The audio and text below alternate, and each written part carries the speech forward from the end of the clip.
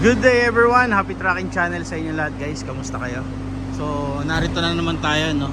Tagal tayo hindi nakapag-upload ulit.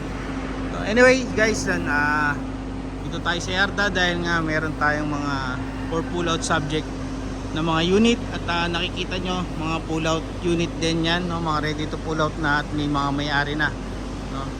So ito nakikita nyo to, ang ganda, tractor head 6-wheeler, no? Ready to pull out na rin yan, no? Subject for pull out na rin. And then yung iba dyan mga pending, no? May mga sold na yan guys, no? Ayan, kita nyo, pakita ko sa inyo. Yan, mga sold dyan. Good deal done dito guys, no? Sa atin. Hindi kayo malulugi guys, no? Siyempre sa presyo din, napot kaya yung presyo. And then ito din, no? Sa isang subscribers natin 6R10 na 12-wheeler wing van. For pull out na rin to guys kasi lalabas na rin ang papel niya by Monday, no? Kinuha namin to, medyo matagal-tagal din, December namin nabili to. So imagine niyo, no, mga 2 to 3 months din inabot, no? Ayan, assist lang to guys, no? So ang nangyari kasi syempre kahit papaano magkaroon naman ng pag pinulot naman kahit papaano maganda, ni-retouch na lang namin, no? Ayan, kita nyo, pero guys free yan, no? Hindi nagbayad yung kliyente para papinturahan to. Sa iba kasi talagang as is where is. Pero syempre dito sa atin ginagawa yan, no? Pangit na yung truck, tapos pangit pala labas. Pero guys, hindi lahat ng yarda pare-parehas, no? Dito lang sa pinagkuhanan natin ginawa yan. Ayan, ganda, oh. Ganda ng pagkakatira.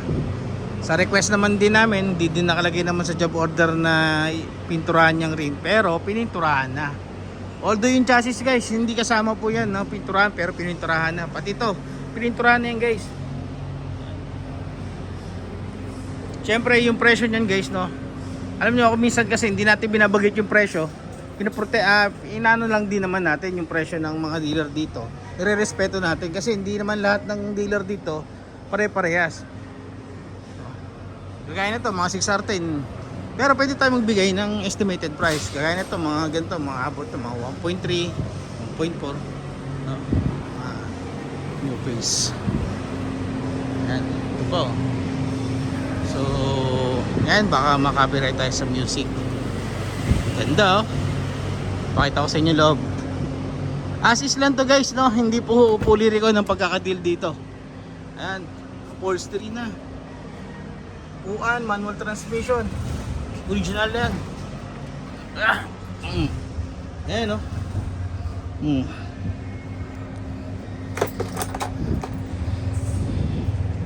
Kasama dyan yung remap syempre.